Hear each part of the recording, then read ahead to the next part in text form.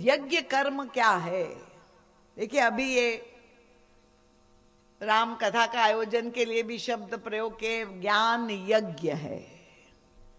तो यज्ञ का अर्थ क्या है? अब हमारे दिमाग में तो यही आएगा कि यज्ञ का मतलब एक कुंड है, उसमें अग्नि प्रज्वलित है और विद्वान बैठे हैं और उसमें जो मंत्रोच्चार करके उसमें आहुति डाल रहे, उसी को यज्ञ कहते हैं।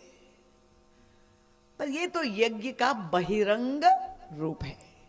भगवान श्री कृष्ण ने गीता में यज्ञ की परिभाषा करते हुए कहा, यज्ञार्थात् कर्मणोऽन्यत्र लोकोऽयं कर्म बंधनात्। अगर व्यक्ति यज्ञ भाव से कर्म नहीं करेगा तो उसका कर्म बंधन का हेतु बनेगा। समझ में आ गया? कर्म करना प्रत्येक व्यक्ति की बाध्यता है। कर्म करे बिना वो रिटायर भी हो जाए, सेवानिवृत्त भी हो जाए, तो भी उसको कर्म किए बिना व्यक्ति नहीं रह सकता है। भले वो उदासीन महात्मा हो तो भी वो कोई ना कोई कर्म करता है। पर ये कर्म कैसे करना चाहिए, कर्म का कौशल कैसा है, क्या है?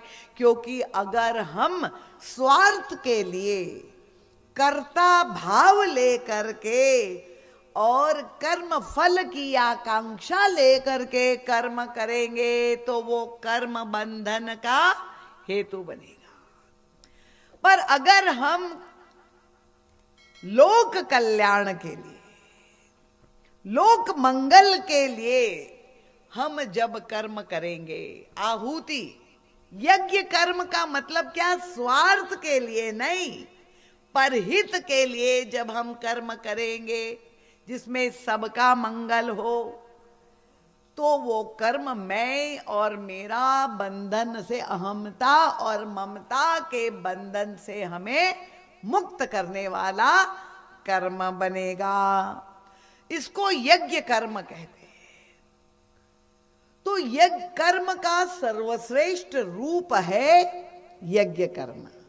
समझ में आ गया? तो हमें ऐसी तरह से कर्म करना चाहिए कि हमारा कर्म हमारे बंधन से हमें मुक्त कर दे। क्योंकि पराधीन सपने सुख नाए, कोई भी व्यक्ति बंधन पसंद नहीं करता है। हर व्यक्ति स्वतंत्र होना चाहता है, मुक्ति चाहता है। और अगर मुक्ति चाहता है तो किस तरह से कर्म करना चाहिए, भगवान कृष्ण ने गीता में बताया। तो यज्ञ कर्म, और यही आहूत करना। अब जैसे ये समिति है, ये यज्ञ कर रही है, ज्ञान यज्ञ है। इसमें किसी ने धन की आहुति दी, किसी ने समय की आहुति दी, किसी ने ज्ञान की आहुति दी, किसी ने अपने सामर्थ्य की आहुति दी। जब सब आहूत कर रहे हैं, समर्पित कर रहे हैं ताकि सबका कल्याण हो, सबको लाभ मिले, ये है यज्ञ कर्म।